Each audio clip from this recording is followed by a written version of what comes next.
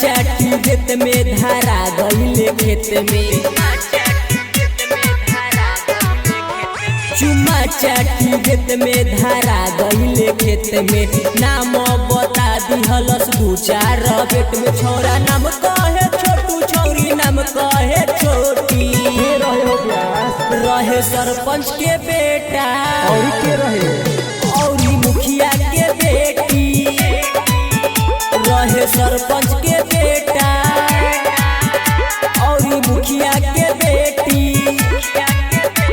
चुम्मा चाटी देत में धारा गईले खेत में, नाम बता दिहलस दू चार बेट में, छौरा नाम कहे छोटू छौरी नाम कहे छोटी। अच्छा अच्छा रहे सरपंच के बेटा अपन सरपंच के बेटा औरी मुखिया के बेटी, रहे सरपंच के बेटा औरी मुखिया के बेटी।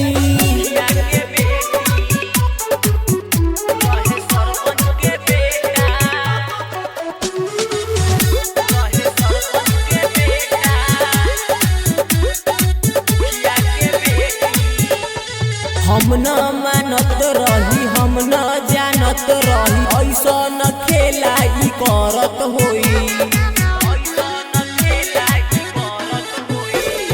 फोन लगा के मकई में बोला के ई छौरा ई छौरी पर चढ़त होई। कहीं खेत में छौरी उ रहे लोटी, बाप रे बाप। रहे सरपंच के बेटा अच्छा औरी मुखिया के बेटी, रहे सरपंच के बेटा औरी मुखिया के बेटी।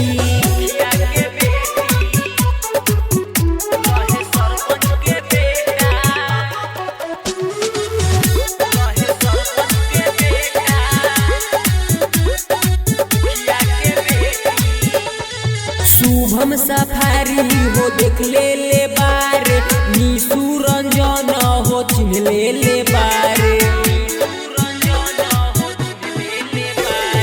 ओकनी के खेला हो बाटे झमेला हो, गाँव भर के लोग सब देख ले बाट।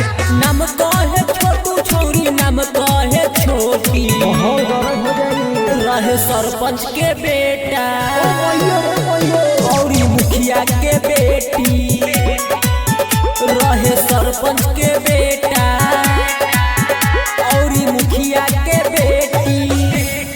का ए मुखिया जी खाई की अचाई।